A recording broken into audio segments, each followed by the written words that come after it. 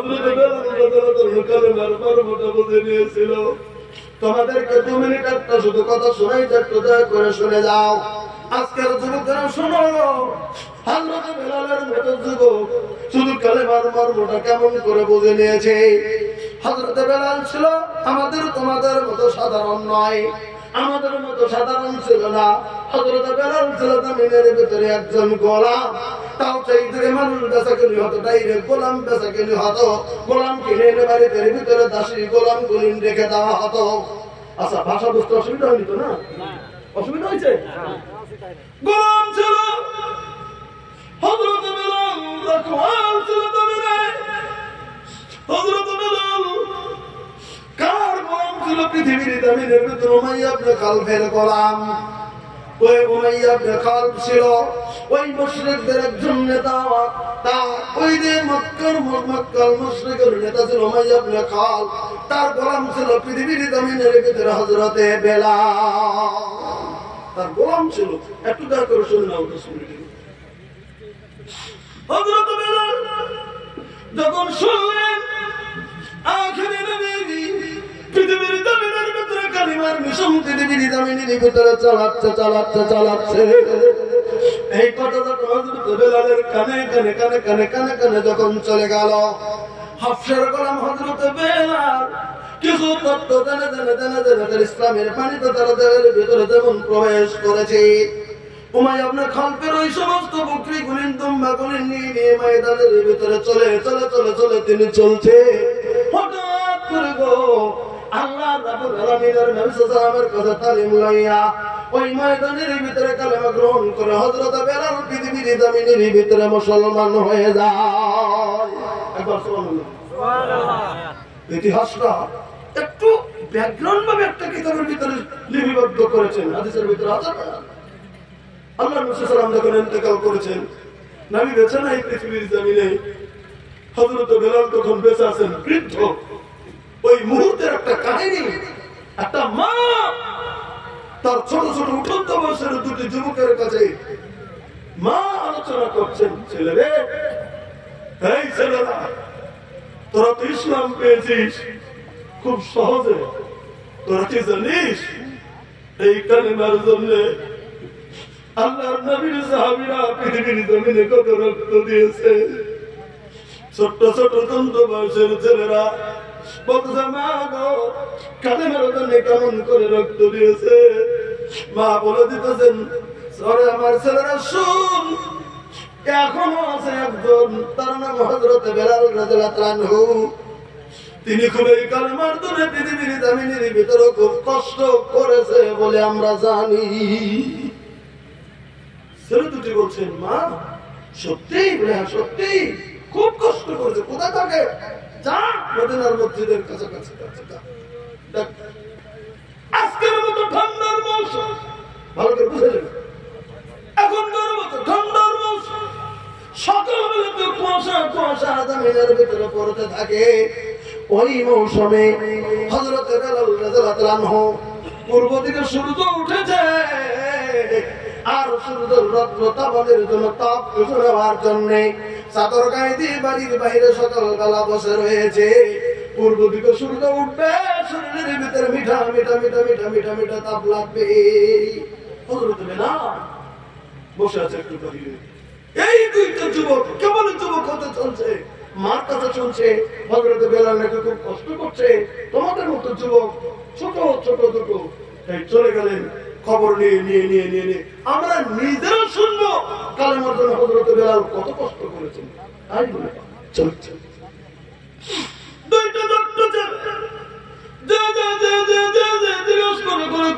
খবর নিয়ে একজনকে জিজ্ঞাসা করে দেখে হযরত বেলাল দূর থেকে একজন দেখিয়ে দিয়েছে, ছেলেরা রে ওই যে যাও বাড়ির বাইরে বসে রয়েছে, রৌদ্রতা পাচ্ছে, উনি হচ্ছে আল্লাহ রাব্বুল আলামিনের নবীর সাহাবী হযরত বেলাল। একবার সুবহানাল্লাহ বলে দিয়েছেন। 2টি ছোট্ট ছোট্ট ছেলে টুক টুক টুক টুক টুক টুক করে বৃদ্ধ লোকটা বসে আছে, যাইয়া দূর থেকে সালাম দিয়েছে। ওই ছোট ছোট ছেলে যখন সালামটা দিয়েছে, হযরত বেলালের কলিজা ওই দুটো ছেলেকে দেখে একদম যেমন নরম হয়ে যায়। সুবহানাল্লাহ বলেন। হযরত বেলাল রাদিয়াল্লাহু আনহু বলতেছেন, তোরা কে রে? এত সকালবেলা তোরা আমার এখানে চলে এসেছিস, তোরা কে? তখন ছেলে যদি পরিচয় দিয়েছে, আমরা অমুক জায়গাকার দুই মায়ের দুইজন সন্তান।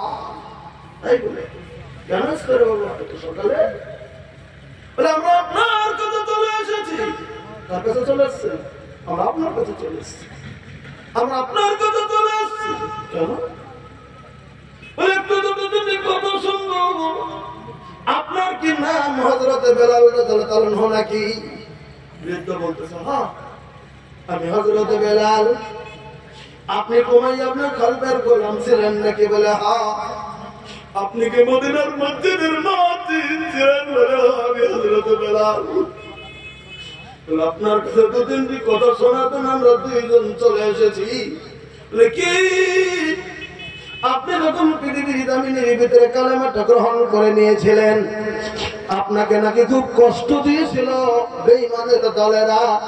আপনার উপরে নাকি অত্যাচারের স্টিম রোলার চালিয়েছিল। কেমন দুঃখ পেয়েছিলেন নবীর সাহাবী, ওই কথাটা আপনার মুখে শোনার জন্য আমরা দুইজন আপনার কাছে চলে এসেছি। হযরত বেলাল দেখলেন, বলে তোমার কার কাছে শুনেছ? বলে মার কাছে শুনেছি। তাই বলে ঠিক আছে, তোরা যদি আসছিস, তোমরা যদি আসছো, আমি তোমাদেরকে বলছি। তখন হযরত বেলাল রাদিয়াল্লাহু আনহু বললেন, আমি কেমন করে ইসলাম নিয়েছি, আমার জিন্দেগি হিস্টরি তোমাদের দুজনের কাছে আমি বলবো। তোমরা দুজন আমার পিছনের দিকে সামান্য সময়ের জন্য দাঁড়িয়ে যাও। একটু আমার পিছনে আসো গো, একটু আমার পিছনে আসো। ছোট্ট ছেলে তোরা পিছনে চলে গেলেন। হযরতে বেলাল গেঞ্জির মধ্যে কাপড় গায়ে দেওয়া আছে, আর গায়ের ভিতরে একটা চাদর আছে। ওই ভিতর একটা গায়ের ভিতরে চাদর গায়ে দেওয়া আছে। ওই বৃদ্ধ লোকটা ছেলে দুটিকে পিছনে দাঁড় করিয়া দিয়া নিজের চাদরটা গায়ের ভিতরে দিকে টান দিয়ে দিয়ে একটা গেঞ্জির মতো কাপড়টি টুসু করে দিয়ে বলেছেন, তোরা দেখ আমার পিঠের দিকে। ওই দুটি ছোট্ট ছোট্ট ছেলে ওই বৃদ্ধর পিঠের দিকে যখন তাকালেন, তোমরা কথাটা ভালো করে বুঝে নাও। হযরত বেলাল রাদিয়াল্লাহু আনহু হাফসের গোলাম ছিলেন পৃথিবীর জমিনে। তার মুখ কালো কুটকুড়ো, শরীর কালো কুটকুড়ো, একবারে কালো কুটকুড়ো সে। ওই কালো কুটকুড়ো চেহারা, ওই কালো কুটকুড়ো শরীরের ভিতরকার পিঠের ভিতরে যেমন সাদা সাদা দবদবা দবদবা দাগগুলি দেখা যায়। তখন জিজ্ঞাসা করতো, রকম মুরব্বী আপনার সারা শরীর এমন কালো, চেহারা কালো, হাত পা গুলিন কালো, কুটকুড়ো কালো, মিশমিশে কালো, আপনার পিঠের ভিতরে কেন তারা দবদবা দবদবা দাগগুলি দেখা যায়। তখন হযরত বেলাল রাদিয়াল্লাহু আনহু বলে দিয়েছেন, যুবকেরা রে, কেন দবদবা দাগগুলি দেখা যায়? এটা আমার পার্সোনাল দাগ নয়। আমি খালদের কাছে যখন কালেমাটা পৃথিবীর জমিনের ভিতর গ্রহণ করেছিলাম, এই কালেমার অপরাধে উমাইয়া ইবনে খালদ আমার মুরিদ আমাকে অত্যাচারের স্টিম রোলার চালিয়েছে। সন্ধ্যাবেলা মারছে, এমন করে মারা মারছে, মেরে মেরে মেরে মেরে মেরে মেরে কালিমার জন্য আমার পিঠটা যেমন টপ টপ করে ফেটে গিয়েছিল। পিঠ যখন চপ চপ করে ফেটে যায়, রক্ত যখন ঝরঝর করে জমিনের ভিতরে পড়তে শুরু হয়ে গেছে, তখন মারাটা বাদ দিয়েছে। সারা রাত এমন করে রক্ত ঝরে ঝরে ঝরে ঝরে সকালবেলা রক্তটা বন্ধ হয়ে গেছে। আর ওই মুহূর্তে সকালবেলাতে আমার মুরিদ তোমার দখল করেছে কারো আবু জাহেলের দলেরা। গলার মধ্যে রশি লাগে, এমন করে বুকের সঙ্গে রশি লাগিয়ে দিয়ে, মানে ফাঁস লাগিয়ে শুধু মরে না যায়, এমন করে রশি লাগিয়ে দিয়ে গরম উত্তপ্ত বালু খামারের উপরে যখন মক্কার মরুভূমিতে বালু গলিন যখন গরম হয়ে যায়, পাথর গলিন কুচি পাথর গলিন যখন গরম আগুনের মতো হয়ে যায়, ওই গলার ভিতরে রশি লাগিয়ে দিয়ে গো ওই গরম বালুর ভিতরে পাথরের ভিতরে টান দিয়েছিল। সারা রাত্রি মেরে আঘাত করে শরীরের চামড়া গলিন খসে খসে খসে খসে খসে খসে জমিনের ভিতরে দিয়েছে। আর সকালবেলা রাত্রে আগুনের তাপের ভিতরে যখন আমাকে যখন টেনেছিল, শরীরগুলি যখন টানছে, ওই ফাটা অংশগুলি এবার ওই ঘর্ষণের আগুনের ঘর্ষণের সঙ্গে দেয়া চামড়াগুলি খসে খসে খসে গুলো সেদিন রক্তের চামড়া গুলো কোচে কোচে, সেদিন ইয়ের ভিতরে সেদিন পড়ে গিয়েছিল চামড়ার চামড়া গুলো কোচে কোচে, সেদিন ইয়ের ভিতরে ওই পাথরের সঙ্গে লেগে গিয়েছিল। ওই দিন চামড়াটি খসে খসে গেল। অনেক যুবক যুবকরা তারা শুনেনি সেদিন যে চামড়া গুলিন তেল গুলিন বেরিয়েছিল। আজকে বৃদ্ধ হয়ে গেছি, কিন্তু আমার শরীরের চামড়াটা আজ পর্যন্ত পৃথিবীর জমিনের ভিতরে মেকআপ হয় না। কি ভেবেছ, কি ভাবছেন আপনারা, কি ভেবেছো তোমরা? এই সুরক্ষা দেব পৃথিবীর জমিনে শুধু কালেমা পড়েছিল বলে শরীরের চামড়া ফাটিয়ে ফাটিয়ে থরথর করে রক্ত পৃথিবীর জমিনের ভিতরে জড়িয়ে দিয়েছে, কিন্তু পৃথিবীর জমিনের ভিতরে কালেমা বাদ দেয় নাই, তাওহীদের কথাগুলো ছেড়ে দেয় নাই, তাওহীদ মেনে মেনে মেনে মেনে মেনে মেনে জমিনের ভিতরে চলেছে। তাই বলতেছিলাম পৃথিবীর জমিনে আল্লাহ রাব্বুল আলামিনের নবীর প্রথম মসজিদটা এই পৃথিবীর জমিনের ভিতরে ছিল মসজিদে কুবা, যেটা বর্তমান মদিনাতুল মুনাওয়ারার মসজিদ থেকে 4.5 কিলোমিটার বা 5 কিলোমিটার দূরে, মদিনার মসজিদ থেকে দূরে সেটা অবস্থিত এখনো রয়ে গেছে। সেটার নাম হলো মসজিদে কুবা। এটাই সর্বপ্রথম আল্লাহ রাব্বুল আলামিনের নবী মসজিদে কুবার মতো জায়গাতে প্রথম মক্কা থেকে আসার পরে ওখানে 10 দিন অবস্থান করেছিলেন নবী। এই 10 দিনের ভিতরে ওখানে একটা মসজিদ বানানো হলো, ওই মসজিদ ছিল মসজিদে কুবা। ওখান থেকে 10 দিন থাকার পরে আল্লাহ রাব্বুল আলামিনের নবী চলে গেলেন মদিনাতুল মুনাওয়ারাতে। মদিনাতুল মুনাওয়ারাতে যাওয়ার পরে আল্লাহ রাব্বুল আলামিনের নবী মনোনিবেশ করলেন এই মদিনাতুল মুনাওয়ারাতে আমি আখেরি নবী মসজিদে নববী আমার মসজিদটা স্থাপিত করব।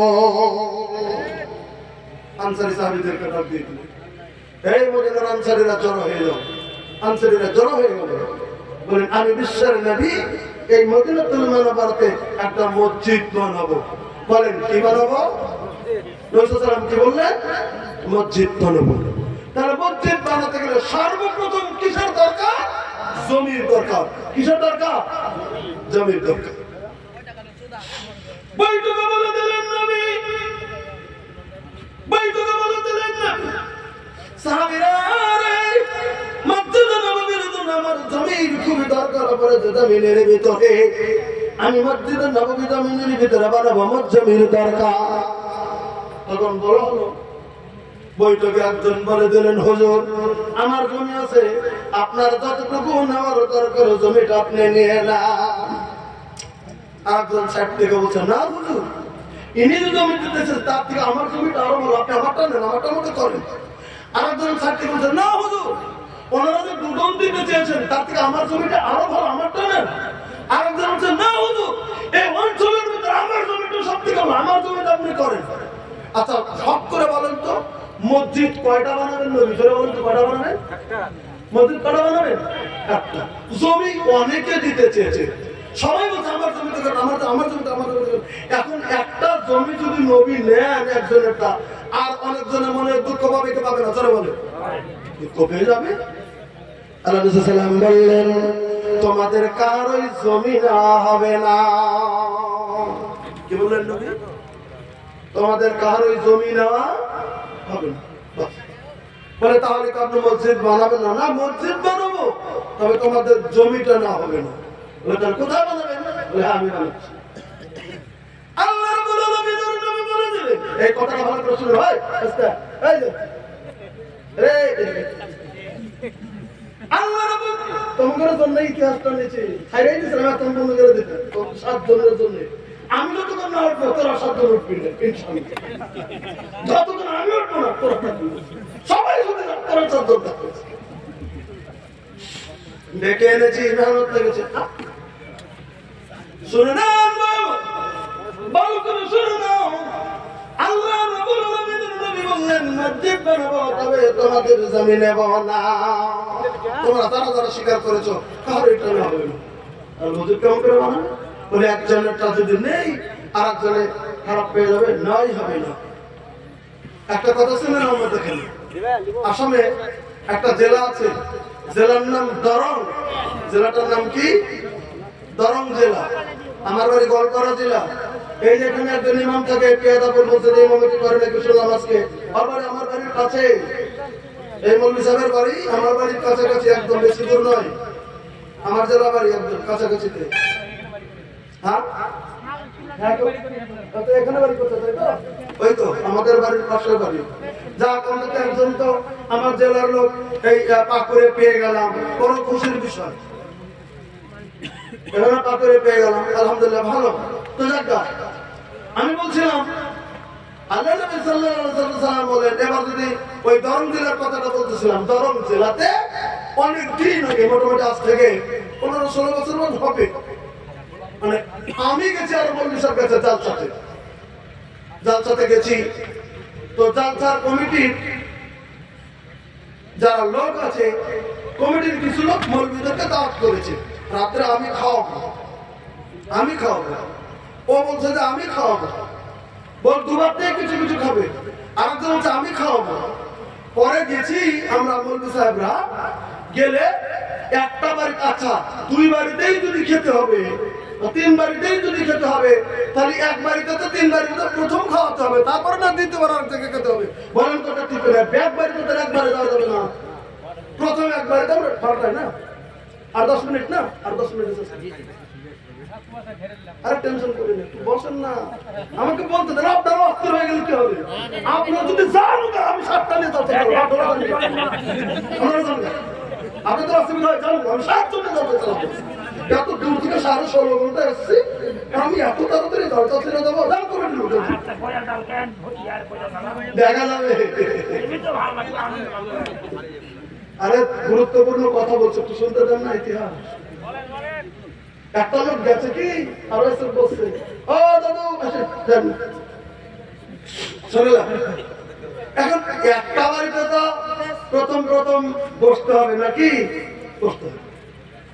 একটা বাড়িতে তো দাওয়াতে ঢুকেছে প্রথম, এই আরেক বাড়ি আলাদা দাওয়াত দিছিল ওই কমিটির হেড, ওগুলো আমার বাড়িতে প্রথম আসেনি, এই নিয়ে দ্বন্দ্ব। আমার বাড়িতে মৌলভীরা প্রথম খেলো না কেন, এই নিয়ে দ্বন্দ্ব করে যাই হলো, কেচাল গেছে। আমার বাড়িতে আমি দাওয়াত করেছি, আমার বাড়িতে খাবে, মৌলভীরা তোমার বাড়িতে প্রথম গেলে কেন, ওকে তোমার বাড়িতে শেষে খাবে, আমার বাড়িতে প্রথম খাবে, এই নিয়ে দ্বন্দ্ব হয়ে জাল ছাড়াই হলো না। তাহলে চিন্তা করেন, মৌলভীদেরকে খাওয়াবে, এই নিয়ে ঝগড়া হচ্ছে, খাবে। এখনো আছে দরং জেলাতে খাওয়ানোর খুব প্রচেষ্টা, দাওয়াত করে আপনাকে যেতে হবে। আগের দিনের মতো নাই, তবে কিছু কমছে। আমি বলছিলাম আল্লাহ রাব্বুল আলামিনের নবী সাল্লাল্লাহু আলাইহি ওয়াসাল্লাম এবার মসজিদ বানাবে, 4 জন স্বীকার করেছে, এবার কার জমিতে মসজিদ হয়ে যাবে, এই নিয়ে দ্বন্দ্ব শুরু হয়ে গেল।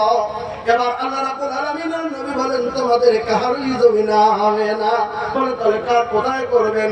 আমি আল্লাহ রাব্বুল আলামিনের নবী মক্কাতুল মুকাররমা থেকে উঠনের উপরে সওয়ার হয়ে আমি চলে এসেছি।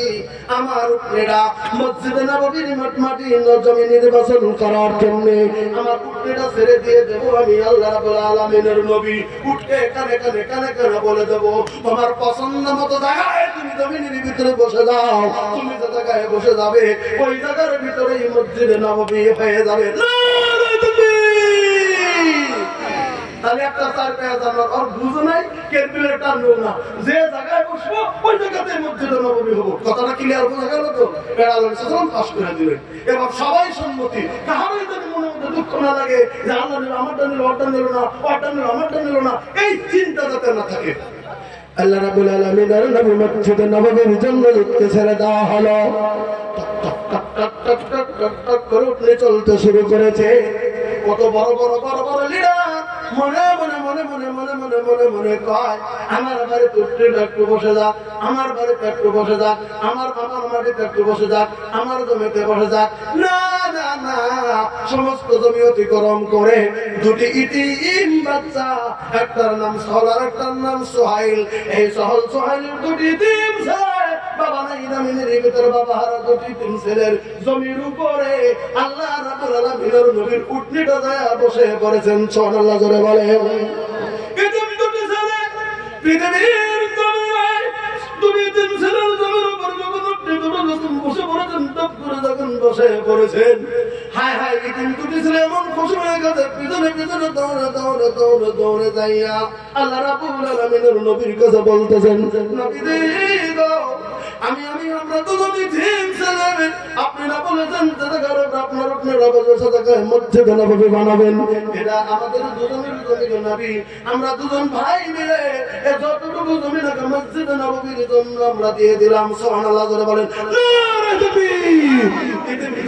দিয়ে দিলেন নবী বললেন ঠিক আছে তোমাদের জমিতে না হয়েছে তবে তোমরা ইতিম তোমাদের জমিটা ফিরিয়ে না হবে না কিছু মুনাফা দিয়ে কিছু পয়সা দিয়ে তোমাদের জমি আমরা খরিদ করে নেওয়ার জন্য বাধ্য হয়ে গেলাম তারপরে কিনে নিয়েছিলেন তবে একটা কথা সামান্য হালকা পয়সা দিয়ে একটা খবর শুনলে হবে না 2018 সালে লকডাউনের আগের বছর 18 সালে ওই যে পৃথিবী আমাদের সারা বিশ্ব ব্রহ্মাণ্ড থেকে সারা পৃথিবীর জমি থেকে হাজারজন হাজি গুলেন গিয়েছিল একজন নয় দুইজন নয় 42 লক্ষ হাজি লকডাউনের আগের বছর মক্কাতুল মুকাররম হজ করার পরে মদিনাতুল মুনাওয়ারাতে যাওয়ার পরে 40 শত করে নামাজ হাজিরা পরে মদিনাতুল মুনাওয়ারার মসজিদে তাহলে একটা হাজি যদি 40 শত নামাজ পড়েছে 42 লক্ষ হাজি প্রত্যেকটা জন 40 শত করে নামাজ মদিনার মসজিদের ভিতরে পড়ে হাত তুলে তুলে তুলে তুলে চোখের পানি জবজার করে ছেড়ে দেন ভিতরে কান্দে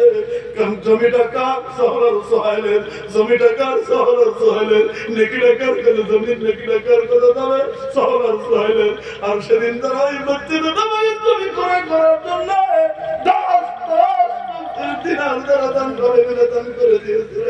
10টা দিনের মেহনত করে দিয়েছিল ওই প্রথম জমি কিনে দিয়েছেন কিয়ামতের দিন পৃথিবীর জমিনের ভিতরে এসে পড়বে তবে যারা সহযোগিতা করে প্রথম মসজিদ নববী গঠনের উদ্দেশ্য দিয়েছিল তারাই কঠিন কিয়ামতের দিন পর্যন্ত নেকি পেতেই থাকবে একবার জোরে সুবহানাল্লাহ বলেন পৃথিবীর জমিনের ভিতরে আল্লাহ রাব্বুল আলামিন সাল্লাল্লাহু আলাইহি হাদিস বুখারী শরীফের লা তুসাদ্দু রিহাল ইল্লা ইলা সালাসাত মাসাজিদিন পৃথিবীর জমিনের ভিতরে কোথাও কোনোদিন কোন নেকির উদ্দেশ্য কোথাও সফর করা যাবে না কোন মসজিদে নেকি বেশি হবে এই উদ্দেশ্য পৃথিবীর কোথাও যাওয়া যাবে না ওই মসজিদে নামাজ পড়লে নেকি বেশি হবে না এমন কোন মসজিদ পৃথিবীর জমিনের ভিতরে নাই তবে তিনটা জায়গায় সফর করা যায় ইল্লা ইলা মাসাজিদিন ইল্লা ইলা সালাসাত মাসাজিদিন পৃথিবীর তিনটা মসজিদে যদি সফর করেন সেটা জায়েজ আছে প্রথম মসজিদের কথা বলা হয়েছে এটা হচ্ছে আল্লাহ রাব্বুল আলামিনের বাইতুল্লাহ যেটা মক্কাতুল মুকাররমার মসজিদ মসজিদ হারাম যেটা মসজিদুল হারামের এরিয়ার ভিতরে হেরেমের যেটা এরিয়া দেওয়া আছে হেরেমের এরিয়া করা আছে হেরেম শরীফের ভিতরে ওই হেরেমের এরিয়ার ভিতরে কোন মানুষ যদি পৃথিবীর জমিনে এক রাকাত যদি নামাজ পড়েছে গোটা পৃথিবীর যে কোনো জায়গাতে যদি নামাজ পড়ে 1 লক্ষ রাকাত নামাজ পড়লে যেন কিরা হয়ে যাবে আর মসজিদ হারামের হুদুদে হারামের ভিতরে 1 রাকাত নামাজ পড়লে ওই যে 1 লক্ষ রাকাতের নেকি আল্লাহ তাআলা আমলনামায় দিয়ে দেবে একবার সুবহানাল্লাহ সুবহানাল্লাহ আর জোরে কোন সুবহানাল্লাহ যে বড় লোক সামনে বসে আছে এই যে সামনে আছে নিষ্ঠতার কথা বলিনি এর মধ্যে হজে বা ওমরায় যাওয়া কেউ আছে না একটু হাত তোলেন দেখি হজে বা ওমরায় গেছেন এরকম কেউ আছেন আছেন নাই আচ্ছা যে বড় লোক বসে আছেন 30,000 20,000 থেকে 30,000 এর মধ্যে মোবাইল কেনা আছে একটা দুটো আছে না 20,000 থেকে 30,000 টাকার মধ্যে মোবাইল কেনা আছে পকেটে এরকম একটা দুটো আছে নাই আমি কথাটা ভালো করে আমার কথা বুঝে নেবেন 20 থেকে 30,000 এর মধ্যে মোবাইল কিনেছি আমরা এরকম আছে তো চারজন একজনের নাই কম দামি খালি মোবাইল 10 থেকে 15 এর মধ্যে 10 থেকে 20 এর মধ্যে আছে তো চারজন 10 থেকে 20 এর মধ্যে আছে হ্যাঁ তোমরা স্বীকার করবে না ব্যাকের পকেটে মোবাইল আছে আমি তো জেল ফাঁস দিতে চাইনি আমি শুধু জিজ্ঞেস করেছি আছে না নাই আছে এই কথা স্বীকার করতে এত দেরি এ শরম লাগছে হ্যাঁ এই মোবাইলটা তো 40,000 টাকা দেব হ্যাঁ কেন স্বীকার করতে 40,000 তো স্বীকার করে কি হ্যাঁ আমি এটা বলিনি তো মোবাইল কি দরকার এটা আমি বলিনি আমি শুধু বলতে চাই এই শুনো আমি শুধু বলতে চাই এরকম সুন্দর একটা এই যে তোমার দেওয়াল দিয়েছ মসজিদ নববীর বিশ্ব সালামের দেখানোর রওজা এরকম করে দেওয়াল দেওয়া আছে আগের যুগে দেওয়াল এমন ছিল না খোলা ময়দানে বাইরে থেকে নবীর রওজা দেখা যেত, কিন্তু বেদাতীরা কবরের কাছে তার দুঃখ করে সেজদায় পড়ে যেত বলে বর্তমান সরকার সেখানে দেওয়াল উঠিয়ে দিয়েছে। কঠিন দেওয়াল উঠিয়ে দিয়েছে, ছোট্ট ছোট্ট 3টে সুরাখ রেখে দিয়েছে, 3টে সুরাখ রেখেছে, ছোট্ট ছোট্ট 3টে সুরাখ আছে। প্রথম সুরাখ এমন করে দেওয়া আছে, প্রথম সুরাখের ভিতরে লেখা আছে রাউজাতুল মুহাম্মদ রাসূলুল্লাহ সাল্লাল্লাহু আলাইহি ওয়াসাল্লাম। দ্বিতীয় নম্বর কাছে হযরত আবু বকর সিদ্দিক রাদিয়াল্লাহু আনহু। 3 নম্বর লেখা আছে হযরত ওমর ফারুক রাদিয়াল্লাহু আনহু। প্রথম ওই সুরাখের কাছে বলতে হয় আসসালাতু ওয়াসসালামু আলা রাসূলিল্লাহ সাল্লাল্লাহু আলাইহি ওয়াসাল্লাম। দ্বিতীয় এর বলা হয় আসসালাতু ওয়াসসালামু আলা আবু বকর সিদ্দিক রাদিয়াল্লাহু আনহু। 3 নম্বর আসসালাতু ওয়াসসালামু আলা ওমর ফারুক রাদিয়াল্লাহু আনহু। তিনটা সুরাখের কাছে তিনটা দোয়া করতে হয়, ওখানে কোনো শ্রদ্ধা করা যাবে না, পুলিশ লোক দাঁড়িয়ে আছে। আমার বলার উদ্দেশ্য হলো তোমাদের কাছে আজকে কণ্ঠে বলছি, তোমরা যারা দামি দামি দামি দামি মোবাইল কেন 10,000 20,000 করে করে জমা করো, ইচ্ছা করো আমি খুবই তাড়াতাড়ি মদিনাতুল মুনাওয়ারাতে যাব, মক্কাতুল মুকাররমায় যাব, মাত্র 1 লাখ টাকা খরচ, umrah বেশি বেশি করে চলে যাও। umrah চলে যাওয়ার পরে একবার যদি মক্কার হেরেমের ভিতরে তুমি নামাজ পড়ো, এরকম যখন তুমি চোখ দিয়ে দেখবে বাইতুল্লাহ, তখন চোখ দিয়ে দেখে নেবে চোখের পানি রাখার ক্ষমতা নাই, তখন তুমি বিদায় নিয়ে নেবে, তো ধার করে চোখের পানি জমিনের ভিতরে চলে যাবে। মদিনার মসজিদে যখন চলে যাবে, সেখানে নামাজ দেখে সেখানের অবস্থা দেখে নবীর রওজার পাশে যখন রিয়াজুল জান্নাত দুরাকাত নামাজ পড়ার জন্য সমস্ত umrahকারীকে সময় দেওয়া হয়, দুরাকাত করে রিয়াজুল জান্নাত নামাজ পড়বে, কলিজাটা পৃথিবীর জমিনের ভিতরে ঠান্ডা হয়ে যায়। বিশ্বনবী কোথায় দাঁড়িয়ে নামাজ পড়েছেন, কোথায় দাঁড়িয়ে বিশ্বনবী তুকবাটা দিয়েছেন, আল্লাহ রাব্বুল আলামিনের নবীর রওজা কোন জায়গাতে রয়েছে একবার দেখলে চোখের পানি ঝরে যাবে। নিয়ত করে নাও যুবকেরা, শুধু টাকা কামাই করবো না, আমি খুব তাড়াতাড়ি umrah যাব, এখন করে করে করে করে করে করে নিয়ত করে মক্কাতুল মুকাররমায় চলে যাও, মদিনাতুল মুনাওয়ারাতে চলে যাও। কত জায়গায় জমিনের ভিতরে নষ্ট হয়ে যায় ভ্রমণের নামে, তবে এখানে যদি ভ্রমণ করো, আল্লাহ রাব্বুল আলামিনের নবী বলেন লা তুসাদ্দু রাহাল ইল্লা ইলা সালাসাতি মাসাজিদিন, আল মসজিদুল হারাম, 1 নাম্বার বলা হলো মসজিদ হারাম, 2 নাম্বার রাসূলুল্লাহ বললেন মসজিদুল আকসা। তুমি যদি মসজিদ আকসায় যদি তুমি নামাজ পড়তে দাও, তোমার নেকি বেশি হয়ে যাবে। নাম্বার 3 নাম্বার হলো মসজিদ হাজা আর মসজিদ নববী। মদিনার মসজিদে নামাজ পড়লে তোমার বেশি নেকি হয়ে যাবে, আর মসজিদে কুবায় নামাজ পড়লে তোমরার নেকি হবে। তাছাড়া পৃথিবীর সব মসজিদে নামাজ পড়লে একই নেকি হয়ে যাবে। দিল্লি জামা মসজিদে নামাজ পড়লে যে নেকিটা হবে, আজকে আমার এই গ্রামের এই ছোট্ট জামে মসজিদে নামাজ পড়ি, দিল্লির জামে মসজিদের একই সমান নেকি আল্লাহ তাআলা আমার আমল নামায় দেবে। জোরে একবার সুবহানাল্লাহ বলো। একই নেকি দেবে। সেই মসজিদে নববী আল্লাহ রাব্বুল আলামিনের নবী সাল্লাল্লাহু আলাইহি ওয়াসাল্লাম স্থাপিত করেছিলেন, আর আমরা এই মসজিদটা স্থাপিত করেছি জমিনের ভিতরে। আমরা মুসলমান, তারাও ছিল মুসলমান, তারাও দিয়েছিল, আমরাও জমিনের ভিতরে দিয়েছি। তবে হ্যাঁ, সেখানকার ছোট্ট ছোট্ট জিনিসগুলি আল্লাহ নবী সাল্লাল্লাহু জন্য চোখের পানিটা ঝড় করে ছেড়ে দিয়ে পৃথিবীর জমিনের ভিতরে কান্না করেছে, যে কান্নাটা পৃথিবীর জমিনে আজকে আমরা মানুষ পৃথিবীর জমিনের ভিতরে করতে পারিনি। কিন্তু সে যুগের সেই মরা কাঠের টুকরোটা আল্লাহ রাব্বুল আলামিনের নবী মহব্বতে কেন্দ্রেছে। তার প্রমাণ সহিহ বুখারী শরীফের ভিতরে আসছে, রাবী বর্ণনা করেছেন কানা জিজউন ইয়াকুম ইলাইহি নবী সাল্লাল্লাহু আলাইহি ওয়াসাল্লাম। আল্লাহ রাব্বুল আলামিনের নবী সাল্লাল্লাহু আলাইহি ওয়াসাল্লাম মক্কা থেকে হিজরত করে মদিনাতুল মুনাওয়ারাতে গেলে মদিনার মসজিদে নববী তখন আমাদের মতো সহজ করে একদম কোনো মতে সেই পাতা দিয়ে করা হয়েছিল। সেই মদিনার মসজিদের খুঁটি দেওয়া হয়েছিল খেজুর গাছের মরা অংশ দিয়ে, উপর গাছটা মরে গেছে, তার অংশ দিয়ে সেখানে খুঁটি স্থাপিত করা হয়েছিল, সুতুন দেওয়া হয়েছিল। আর সেটা আল্লাহ সাল্লামের মসজিদে নববীতে যখন ফালাম্মা উদিয়াল মিম্বার, যেদিন সর্বপ্রথম মসজিদে নববীতে মেম্বার বানিয়ে দেওয়া হয়, তখন সামি'না লিল জিজলি মিসলা সাউতিল ইজার, আসহাবী বর্ণনা করেছেন ফাসামি'না লিল জিজলি মিল জিজলিল জিজি মিসলা সাউতিল ইশার।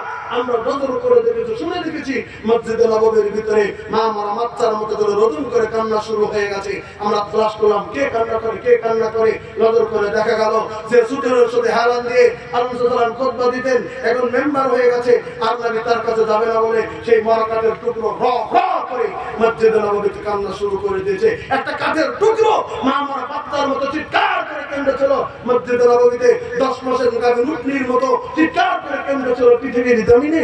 আমরা 10 মাসের গাভীর উটনির মতো চিৎকার করে কেন্দ্র ছিল সেই মারাকাটের টুকরো। আর আজকে আমরা আল্লাহ রাব্বুল আলামিনের দিনের কথা, আল্লাহ রাসূল সাল্লাল্লাহু আলাইহি ওয়াসাল্লামের নবীর কথা বলেন, আজকে আমরা শুনতে দ্বিধা নেই, আমাদের জমিনের ভিতরে আমরা চলছি না। যাও সেই জায়গায় তারা মসজিদে নববী গঠন করেছিল কিয়ামত পর্যন্ত কিভাবে আমরাও পেয়ে যাব যদি আমরা গঠন করি এখানে মসজিদ। আমি তোমাদের কাছে জুলুম করব না। আল্লাহ নবী সাল্লাল্লাহু আলাইহি ওয়াসাল্লাম বলেছেন, পৃথিবীর জমিনে আল্লাহ রাসূল সাল্লাল্লাহু আলাইহি ওয়াসাল্লাম একজন সাহাবী রাসূলুল্লাহ সাল্লাল্লাহু আলাইহি ওয়াসাল্লামের কাছে এসে বললেন, হুজুর হাদিসটা বুখারীর টোটাল আলোচনাটা আমি বুখারী শরীফ থেকেই করেছি, আজকে হাদিস অন্য জায়গাতে নিয়ে যাইনি, আমি শুধু আপনাদের কাছে বলে দিতে চাইছি। আল্লাহ রাসূল সাল্লাল্লাহু আলাইহি ওয়াসাল্লাম মসজিদে নববীতে আছেন, একজন যুবক সাহাবী চলে এসেছেন রাসূল সাল্লাল্লাহু আলাইহি ওয়াসাল্লামের কাছে, বলতেন, হুজুর গো আমার মা ভালো ছিল বয়ান দেওয়ার পরে আল্লাহ রাসূল সাল্লাল্লাহু আলাইহি ওয়াসাল্লামের কাছে বলতেছেন, ইন্না উম্মি উবতুলিতাত নাফসুহা, ও আল্লাহ রাব্বুল আলামিনের নবী আমার মা হঠাৎ করে ইন্তেকাল করেছে, অনেক মানুষগুলো হঠাৎ করে স্ট্রোকে মারা যায়, অনেক মানুষ হঠাৎ করে শুয়ে পড়েছে মারা গেছে, অনেক মানুষ সেজদা থেকে উঠেই মারা গেছে। এই কথাটা আরবিতে বুখারী বাব বেঁধেছে একটা, ওখানে বলা আছে ইন্না উম্মি উবতুলিতাত নাফসুহা, আমার মা হঠাৎ করে ইন্তেকাল করেছে। হুজুর গো আযুন্নাহা লাউ তাকাল্লামাত লা তাসাদ্দাকাত, আমি জানি আমার মা যদি কথা বলতে পারতেন আমার মা অজস্র দান করতেন, মসজিদ আল্লাহর ঘরে বিভিন্ন জায়গাতে তিনি রাহিলুল্লাহতে অজস্র দান করতেন, কিন্তু না আমার মা হঠাৎ করে ইন্তেকাল করলো। একটা মাসলা আপনার কাছে জানতে চাই হুজুর, একটা মাসলা জানবো, বলে মাসলা কি? আল্লাহ আজরুন ইন আবা তুসাদ্দাকতু আনহা, আমি যদি মার তরফ থেকে, আমি তার ছেলে হই, আমি যদি মার নামে, আমি যদি মার তরফ থেকে কিছু যদি দেই, হুজুর আমার মা কি কবরে নেকিটা পাবে? আল্লাহ রাসূল সাল্লাল্লাহু আলাইহি ওয়াসাল্লাম বললেন, ফাকালা নাম, আমি বিশ্বের নবী বলে দিলাম, তুমি যদি তোমার মার নামে দিয়ে দাও তোমার মা নেকিটা কবরে পেয়ে যাবে। নারায়ে তাকবীর। আজকের বৈঠকে বাবা মা বেঁচে আছে বা বেঁচে নাই, দুটো অর্থ এখানে আমি আপনাদেরকে বলে দিতে চাইছি। নয় বাবা মা বেঁচে আছে, নয় বাবা নাই, বাবা মা নাই, তবে বাবা মার নামে দিলে বাবা মা নেকিটা পেয়ে যায়। একটা লোক এই বৈঠকে একজন বাবা মার জন্য 500 টাকা দেবে, আমি একটু দোয়া করবো। বাবা আছে না নাই? একজন লোক 500 টাকা চেয়েছি একটা যুবকের কাছে, আসো 500 টাকা দাও, একটু দোয়া করে দিছি। আল্লাহ যেন দানকে কবুল মঞ্জুর করেন, আল্লাহ যেন নেক মাকসুদকে পূরণ করে দেয়। নারায়ে তাকবীর। গোলাম মুর্তজা মা বাবা তো 1000 টাকা দিয়েছে, জাযাকাল্লাহ হায়াকাল্লাহ। আল্লাহ বেনামিতে একজন 100 টাকা দিয়েছে, আল্লাহ তুমি দান করুন। গোটা বৈঠকে একটা লোকের কাছে 500 টাকা চেয়েছি, আছে কি? গোটা বৈঠকে একজন, একটা যুবকের কাছে চাইছি। জীবনে অনেক তোমরা খরচ করেছো, অনেক ভেঙেছো, অনেক ড্রাইভে অনেক কাজ করেছো, অনেক জায়গায় অনেক টাকা দিয়েছো, গোটা বৈঠকে একটা মুরব্বী বা যুবকের কাছে আমি 500 টাকা চেয়েছি মাত্র। জি, নাম কি দাদু আপনার? আব্দুল কাদের। বাবা মা আছে? নাই। বাবা মা কেউ নাই? জি, মিস্টার হুসেন বাবা মার নামে একটা ভালো দিয়েছে। জি, দোয়া করছি। বাবা মার একজন মুরব্বী আছেন, ওনার বাবা নাই মা নাই, উনি বাবা হারা মা হারা এতিম, উনি 500 টাকা দিয়েছে বাবা মা রুহের মাগফিরাতের জন্য। আল্লাহ যেন ওনার দান কবুল করে, একটা আমিন বলেন, একটা জোরে আমিন বলেন।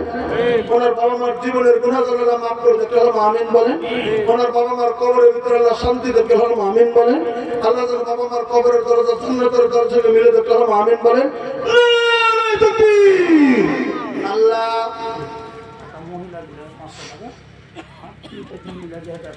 একটা মহিলা 500 টাকা দিয়েছেন, কি দিয়ে তো করো?